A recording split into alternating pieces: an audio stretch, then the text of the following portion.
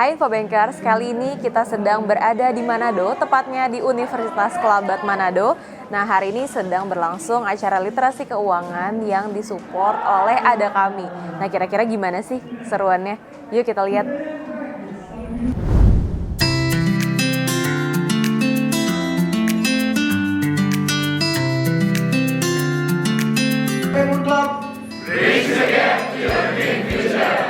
Nah, kalau tadi kita sudah mengadakan kegiatan literasi di Kelabat, kali ini saya mau bertemu dengan seseorang yang juga menginisiasi kegiatan kita di Manado kali ini.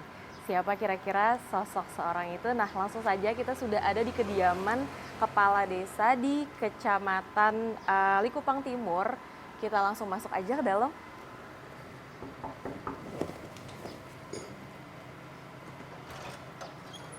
Selamat siang. Halo Bapak, Ya, selamat siang. Kita boleh masuk, izin ya Pak. Silakan. Nah, hari ini teman-teman sudah terlihat di samping saya teman-teman Infobankers. Kita hari ini lagi ada di kediaman Kumtuah Bapak Idris Abasi selaku Kepala Desa ya Pak. Nah, Pak, kita izin nih. Di sini juga sudah ada Bapak Dino Bernardino Monica Vega, Direktur Utama Ada Kami. Kita izin Pak untuk mau tahu kira-kira ada sejarah apa sih di Manado dengan Pak Dino, dan juga mungkin nanti kita bahas sedikit bagaimana sih kira-kira perkembangan ekonomi di Manado, atau kira-kira yang lagi gencar apa sih wisata di sini gitu ya Pak. Dan lain-lain lah yang pengen kita obrolin sama Pak Dino gitu Pak. Boleh ya Pak? Boleh. Baik Bu Rizka, saya persilahkan untuk wawancara dengan Pak Dino. Mohon izin saya permisi ke belakang. Terima kasih Pak. Terima kasih banyak Kumtua. Silakan Bu Rizka. Siap Pak. Kita lanjut ngobrol-ngobrol ya Pak. Ya.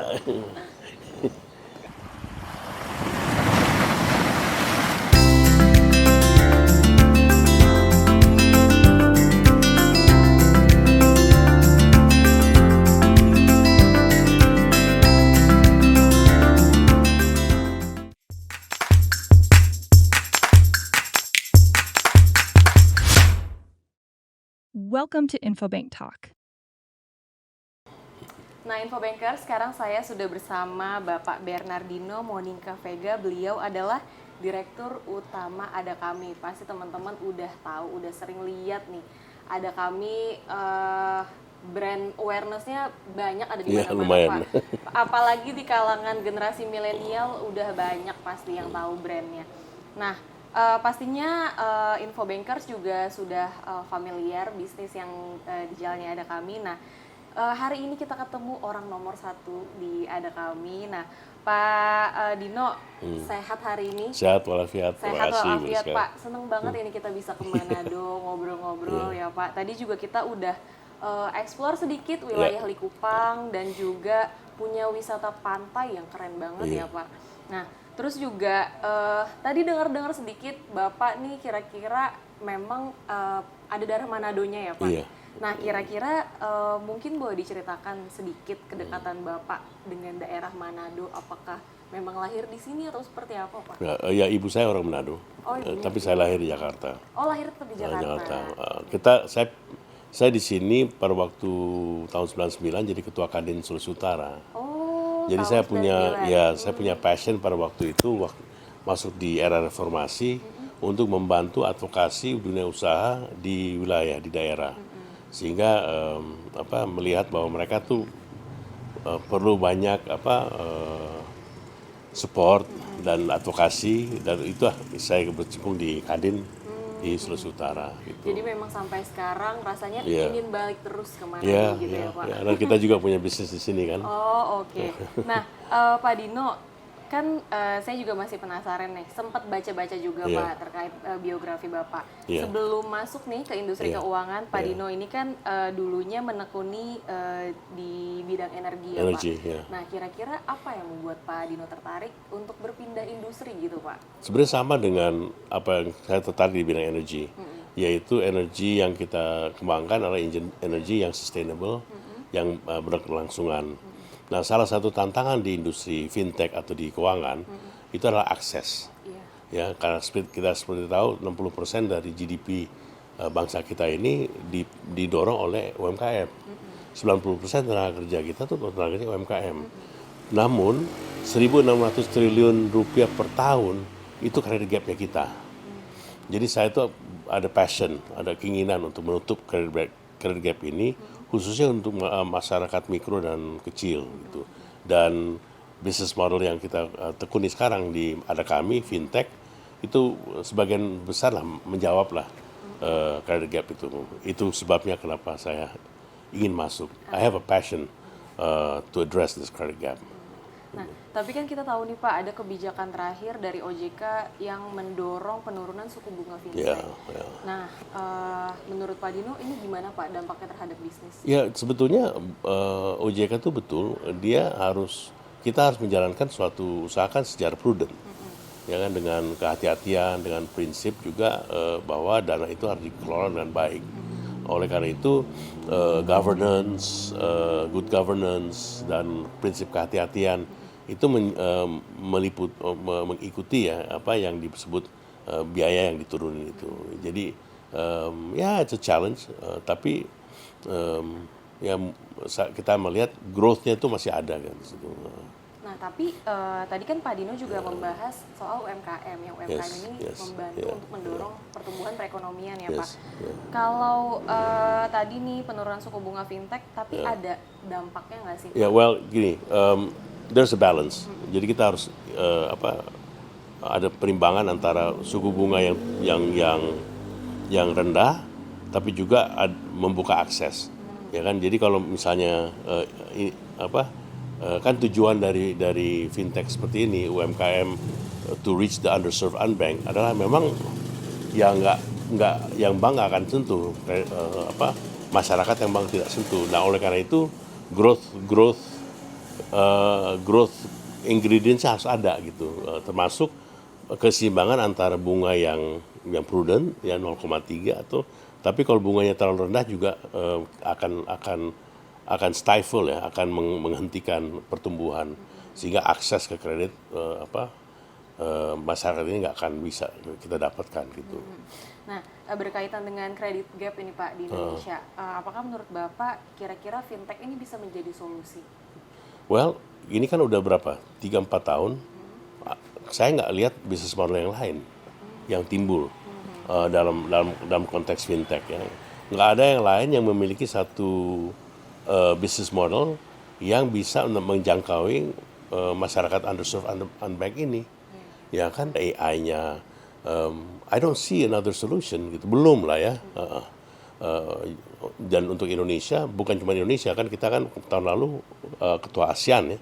Saya juga melihat findings kita waktu kita roadshow di negara ASEAN lainnya, this is probably the best business model moving forward untuk Indonesia dan juga untuk ASEAN. Nah, kita nih sudah masuk berarti di kuartal 1 2024. Kira-kira kalau dari Pak Dino sendiri setelah kuartal 1 nih Pak, terus untuk sampai dengan akhir tahun nanti, kira-kira apa tantangan terbesar di dunia fintech di tahun ini? Dan kira-kira di 1 sampai dengan 3 tahun ke depan ada perubahan signifikan atau ada challenge yang akan lebih besar? Jadi banyak pelanggaran-pelanggaran di dalam pinjaman online ini dilakukan oleh pinjaman ilegal, dan kita industri sudah kena imbasnya. Dan selain itu juga fraud ini udah makin meningkat. Ada kami sendiri setiap bulan kita harus menanganin mungkin ada 15 IG palsu, ya kan? Yang memasukkan nama Anda kami. Jadi wah ngaku bayar lewat sini aja. Kan kesian pelanggan, and it hurts the customers, right? Terus juga website palsu itu ada 3 tiap bulan kita kejar-kejar kan. Kami ada tim anti fraud juga khusus untuk mencari hal-hal seperti itu dan melaporkan ke yang berwajib. Nah ini yang jadi tantangan terbesar bagi kita.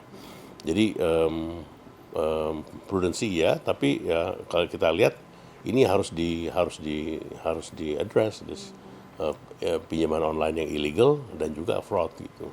Nah yang sudah dilakukan dari Ada Kami sendiri Pak mengatasi tadi ya pemalsuan Instagram, website dan lain-lain. Biasanya kalau dari tim komunikasi Ada Kami mungkin ya kira-kira Yaitu menangani hal tiga hal. tersebut? Satu adalah edukasi. Kita edukasi masyarakat atas hal-hal yang bisa terjadi begini. Jangan percaya kalau ada yang kontak yang kalian untuk ngaku-ngaku dari ada kami. Cek dulu ini benar nggak resmi nomornya ada kami. Target ada kami sendiri Pak untuk di tahun ini? Ya nggak beda jauh dari tahun lalu. Mudah-mudahan meskipun adanya turunan bunga, kita punya disbursement target kita antara 14 sampai 18 triliun ya. Jadi untuk kurang lebih 1,1 triliun per bulan. Nah, sebagai orang nomor satu nih Pak di Ada Kami, Ya. kira-kira Pak Dino sendiri bagaimana sih mengajarkan hal-hal soal leadership kepada teman-teman di Ada Kami? Tentunya itu berpengaruh juga ya Pak, bagaimana customer trust kepada Ada Kami gitu. Yeah. I think leaders do it differently ya. Tapi kalau di Ada Kami menyadari bahwa ada tiga hal. Satu, tim Ada Kami ini millennials ke bawah. Millennials ke bawah, Gen Z. Gen Z. Gen Z. They are very creative, independent, ya. Dan cenderung nggak mau diatur. Waduh. So you have to manage from the middle, nggak bisa manage from the top. Berarti kita harus buka komunikasi yang baik, juga tim yang bisa kerjasama. Dan ketiga, kita harus meningkatkan mungkin technical skills-nya mereka punya, tapi soft skills-nya harus ada kan. You have to know, and these soft skills yang mungkin mudah-mudahan di Ada Kami kita bisa meningkatkan, menjadikan satu core values. And the core values juga penting, bahwa misalnya ya, ini kita punya perusahaan, dijalankan di Indonesia dengan orang Indonesia. Berarti DNA-nya DNA Indonesia, integritas berarti kan. And that's very important for us. Nah, integritas nanti nyambung to teamwork, resiliensi dan sebagainya gitu. Nah, mungkin karena Bapak juga sudah berkecimpung di berbeda-beda industri, jadi sudah banyak lah ya Pak pengalamannya di dunia pekerjaan. Nah, terus sekarang tadi Pak Dino bicara kalau di Ada Kami kebanyakan Gen Z gitu. Nah, mau di-share dong Pak, apa perbedaan generasi Bapak dulu mungkin awal-awal ketika berkarir sama Beda. ketika menghadapi Jadi Gen Z? pra-reformasi ya kalau waktu itu, is from the top. Jadi struktur organisasi pun udah bisa kelihatan kan, dirut, direksi, turunnya begini. Kalau sekarang dirutnya di tengah, and you have a circle. Jadi nggak ada yang seolah-olah dia from the top down. Everybody has to contribute. Jadi kita kalau mengatakan what do you think, what's your view, apa alternatif Anda? Ini yang kita harus harus bina. Tapi rest assured, ada tentunya perbedaan itu ada bersama-sama ada. Salah satu adalah ya kalau pimpinan teratas kita pasti sudah melihat masalah-masalah yang kita hadapi tidak memiliki contoh soal sebelumnya, right? That's the difference, right? Dan itu bisa saling belajar juga gitu. Nah, kira-kira kalau untuk mungkin yang membentuk Pak Dino menjadi seperti sekarang, karena kan butuh perjalanan yang pastinya nggak mudah ya Pak, pasti ada up and downs. Mungkin bisa juga jadi insight buat anak-anak muda, karena sekarang Gen Z ini kan disebutnya katanya generasi strawberry Pak. Indah dilihat tapi tidak terlalu kuat di dalamnya, katanya begitu Pak. Tapi kan kita juga mau lah jadi one day ingin jadi orang nomor satu atau mungkin punya usaha sendiri. No, I think apa yang betul. I think every generation akan melewati tantangannya mereka sendiri. Kayak saya juga waktu itu Krismon tahun 97 98, it strengthens you. Dan saya yakin juga akan dilakukan sama. Cuman yang satu yang saya ingin garis bawahi bahwa you have to treat everyone equal. Nggak ada yang lebih tinggi, nggak ada yang lebih rendah. Treat everyone equal. Dan percayalah, if you treat them equal, you will get the best out of them. Gitu. Ini yang saya pegang. Nah, ini prinsip yang saya pegang even waktu zaman pra-reformasi dengan sampai sekarang. You have to treat everyone equal. Gitu.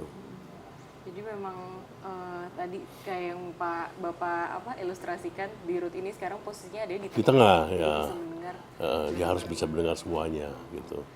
Memang agak beda kalau saya sempat ngobrol-ngobrol juga sama teman-teman di industri, katanya memang agak beda, tapi every generation has their challenge gitu ya. Yes. Kalau memang ada challenge-nya Yes. tersendiri. The challenges will be different. Saya tuh, saya nggak bisa bayangkan Gen Z dengan kalian ya, dan millennial, what challenges you will have, because you will have AI, Iya. right? Ya, dan perceptive learning AI. Dan saya melihat di ke depan itu dunia itu udah nggak per negara-negara lagi. Dunia itu akan salah satu tantangannya bangsa maka Amerika, Indonesia sekarang itu adalah teknologi. Technology will be the biggest adversary, and how we manage that technology moving forward. That's your problem. Ya, dan bukan jadi ya, I don't know if strawberry is the right term. Karena kalian lihat tantangan ke depan, kalian tuh menghadapi tantangan yang mungkin saya nggak pernah lihat itu di zamannya saya. Gitu. Tadi Pak Dino meng-highlight that's your problem. Ini our problem loh. Teman-teman yang lagi nonton, karena kebanyakan Gen Z dan teman-teman anak-anak muda, tapi suka banyak sebetulnya Pak pertanyaan, karena ya trending banget lah milenial dan Gen Z, lalu berkaitan dengan nilai-nilai kepemimpinan. Makanya kita pengen tahu banyak insight dari sosok-sosok yang sudah menjadi pemimpin atau nomor satu di perusahaannya. Nah, menurut Pak Dino nih Pak, apakah untuk anak-anak muda milenial dan Gen Z berkarir di dunia fintech menjadi tujuan, atau ada arah masa depan untuk berkarir di fintech, atau mungkin bisa dihimbau kepada anak-anak muda Pak terkait karirnya? I think there's three things yang akan Indonesia akan hadapi di dalam 20-30 tahun ke depan. Pertama adalah digital downstreams. Indonesia tuh harus berpikir, kita tuh 280 juta manusia. Middle class-nya kita udah 40-50, it's growing, right? Middle class kita di Semarang aja itu lebih besar dari Singapura. Jadi skala dari bangsa kita itu besar. So ke depan, everything you think, you have to think big. You cannot just think small. Dan 10 tahun yang lalu internet penetration kita berapa sih? Cuma 10%. Sekarang it's almost 6 kali, 7 kali lipat. Dan ke depan kita nggak bisa bayangkan apa yang akan terjadi.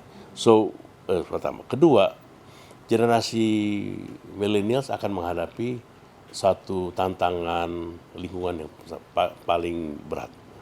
There's an environmental challenge. Jadi sustainability, ramah lingkungan, net zero, ini adalah tantangan-tantangan besar. Nah, kalau dunia digital itu bisa bersamaan dengan teknologi net zero, sustainability, carbon markets, itu akan menjawab the future challenge of this generation, your generation, which is environment and carbon neutral, itu carbon neutrality kalau saya. Iya sih, memang banyak juga yang bilang tantangannya belum ada yang pernah mengalami sebelumnya. Yes, and ini bukan perang dunia kedua, ini bukan krisis moneter, krisis perdagangan. Ini adalah satu dimensi permasalahan yang berbeda. Ya itu saya nggak tahu bagaimana solve-nya itu, tapi saya yakin kalian itu bisa lah. Setiap masa ada pemimpinannya, dan setiap pemimpin ada masanya kan gitu. Iya. Tapi kalau dari Ada Kami sendiri Pak, dengan pesatnya dunia digital tentunya menjadi potensi ya Pak. Yes, Adakah yang ingin dikembangkan lagi Pak, mungkin dari bisnisnya Ada Kami dalam tahun depan atau berapa tahun berikutnya? Kita melihat ada nggak sektor-sektor yang bisa dimanfaatkan dengan sentuhan teknologi. That's the things that we want to look at. Which sektor ya yang ada yang bisa bermanfaat kalau ada sentuhan teknologi. Itu ke depan Ada Kami. Kalau untuk customer base kita, ya ini customer base kita mungkin kita akan ikut nih sampai mereka menua. Yang Gen Z dan millennials, these are the big customer base-nya Ada Kami. Kita akan ikut mereka sampai mereka berkeluarga, sampai mereka punya meningkat di karirnya dia dan sebagainya itu. So that's where we are di long term-nya ya. Tadi mau balik sedikit Pak, kalau dari jumlah total nasabahnya Ada Kami, paling banyak Berarti di wilayah mana Pak? Oh Jawa masih ya. Masih Jawa, Jawa. ya. Dan paling banyak itu sebetulnya mikro. Mikro. Ya. So jadi we feel good that bantuan kita itu adalah bantuan untuk betul-betul untuk meningkatkan produktivitas mereka gitu. Mungkin sebelum kita closing Pak, dari Pak Dino boleh di-sharing ke teman-teman dan juga dihimbau ya Iya. Pak untuk membedakan apa kira-kira fintech ilegal dan legal, gimana kira-kira bedainnya Jadi Pak? ada 3 prinsip. Satu, transparan. Kalau perbedaan platform legal sama illegal itu mereka tuh transparan. Kalau kita transparan, apa biayanya berapa, ini bisa ditanya dan customer service akan jawab secara transparan. Kedua, kita accountable. Jadi kalau ada pelayanan-pelayanan kita yang kurang nyaman atau kurang dianggap kurang sesuai, ada proses pengaduan. Ya, dan di situlah kita bertanggung jawab. Ya, kita di apapun kejadian apapun kita akan tetap tanggung jawab. Itu 3 hal yang membedakan kita dengan pinjol illegal, ya kan? Transparansi, accountability, and responsibility. 3 hal itu. Kalau saya merasa itu yang membedakan itu. Dan mungkin juga jangan lupa ikutin sosial medianya Ada Kami yang resmi ya Pak. Yeah. Jadi kalau ada info nanti tercantumnya di sosial media yang resmi itu. Karena kan sekarang informasi udah bertebaran di mana-mana dan kadang-kadang masyarakat agak susah mencarinya Pak. Ya memang bedakan resmi yang nggak resmi agak susah. Makanya harus peka kita. Ini masuk akal nggak yang transparansi, akuntabilitas, siapa sih yang kita bicarakan di CS kita siapa? Pasti kita akan selalu accountable kalau pinjaman online-nya itu resmi. Penasaran satu lagi Pak, Yes. terkait perlindungan data nasabahnya Ada Kami nih Pak, karena kan biar teman-teman juga nggak takut gitu kalau mau mengajukan pinjaman, bagaimana Pak? Ya, jangan khawatir. Jadi sesuai ketentuan OJK, data yang kita peroleh dari nasabah kita pertama harus disimpan di Indonesia. 2 harus disimpan di tempat yang bisa secure gitu. Dan ketiga adalah setiap tahun kita akan lakukan yang disebut pen test di ISO 27001 di mana itu membuktikan keamanan dari datanya itu sendiri. Dan selalu kita diaudit oleh OJK kan. Diperiksa oleh OJK. Jadi memastikan bahwa ini bagian dari prudensi dari governance kita gitu. Berarti memang data yang tersimpan, data nasabah yang Yes. tersimpan di Ada Kami sudah dipastikan akan aman. Aman. Dijamin ya Pak? Ya, jamin. Dijamin nih. Jadi Harus teman-teman nggak ragu-ragu lagi nih Pak nanti Pak. Nah teman-teman tadi itu obrolan kita bareng-bareng sama Pak Dino. Mungkin karena kita keterbatasan waktu, nanti next di Jakarta Pak kita boleh main lagi, ngobrol-ngobrol lagi, explore lagi ya Pak. Boleh, silakan. Pak Dino sehat selalu. Kita Sehat, terima sampai kasih bertemu sama-sama, Mbak di Rizka, kegiatan ya. berikutnya. Ya. Terima Terima kasih. kasih. Sampai bertemu di program Infobank Talk berikutnya. Terima Dah. kasih.